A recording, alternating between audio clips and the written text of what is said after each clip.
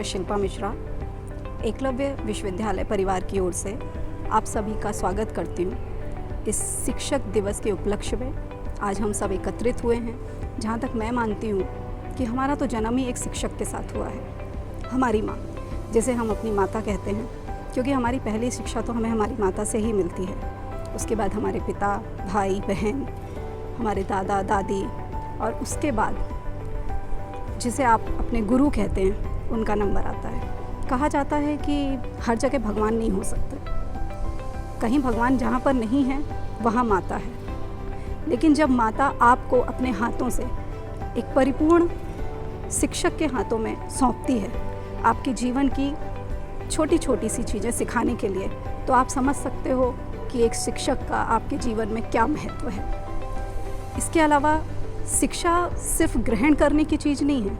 ये तो आप भी जानते हैं कि हमें शिक्षा हमारी जीवन की कठिनाइयों से, संघर्षों से, हमारे परिवार से, रिश्तेदारों से, और कभी कभी तो आपने देखा होगा कि कोई छोटा सा बच्चा आके आपको एक छोटी सी बात सिखा जाता है और हमें लगता है कि अरे हमने तो ये देखा ही नहीं, हमें तो ये पता ही नहीं था।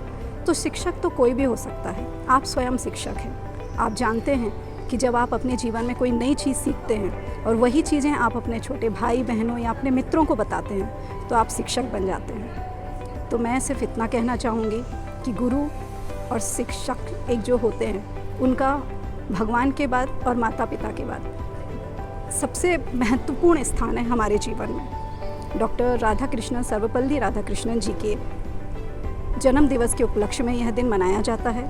आप और हम सब एकत्रित होकर इस दिवस को मनाएं, और जो एक शिक्षक में संपूर्ण गुण होते हैं, जो आप चाहते हैं कि ये आपके शिक्षक में ज्ञान और प्रेम के अलावा धैर्य और संयम भी होना चाहिए। जैसे कि कहा जाता है कि भारत देश में अगर गुरुओं की नाम लिया जाए तो सबसे बड़े गुरु स्वयं भगवान श्री कृष्ण हैं, जिन्होंने गीता जैसा ज्ञान दिया। उसके बाद चाणक्य हैं। उसके बाद ऐसे बहुत गुरु इस धरती पर आए हुए हैं जिनसे हमें बहुत ज्ञान मिला है, और उनकी ही शिक्षाओं और उनकी ही परंपराओं को आगे बढ़ाते हुए एकलव्य विश्वविद्यालय में रखा गया है। यहाँ का हर एक शिक्षक उन्हीं गुणों से परिपूर्ण है, उन्हीं संपूर्ण धैर्य और संयम से परिपूर्ण हैं। तो आइए हम सब मिलकर एक नए जीवन पर, एक नए पथ पर चलते हैं। जैसा आप चाहते हैं, एक नई शिक्षा ग्रहण करते हुए एक नया मंजिल बनाते हैं। धन्यवाद।